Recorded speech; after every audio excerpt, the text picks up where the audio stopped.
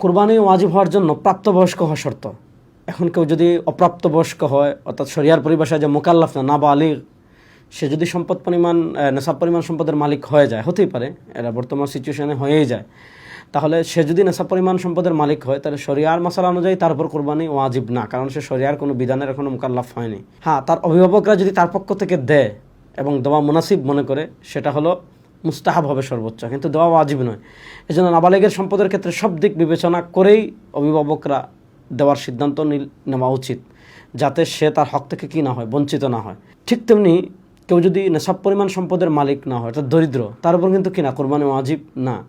কিন্তু সে যদি কোনো কারণে কোরবানি করার জন্য একটা পশু কিনে ফেলে, তাহলে এই পশু কেনার সাথে সাথে এই পশু জবাহ করা কোরবানির দিন তার উপর ওয়াজিব হয়ে গিয়েছে, এখন সেই কোরবানি দিতেই হবে, এটা না দেওয়ার কোনো কি নেই, সুরত নাই। এমনইভাবে কেউ যদি কোরবানির দিনে মুসাফির হয়, আল্লাহ তাআলা সফরে কিন্তু অনেক কিছু কী করে দেন, সহজ করে দেন। 4 রাকাত নামাজ কসর হয়ে যায়, 2 রাকাত হয়ে যায়। তো কোরবানির যে 3 দিন, এই 3 দিন কেউ যদি মুসাফির থাকে, সফরে থাকে, তাহলে ইসলামী শরিয়ার ফতোয়া অনুযায়ী কিন্তু তার উপরও কি আসবে না, কোরবানি ওয়াজিব হবে না।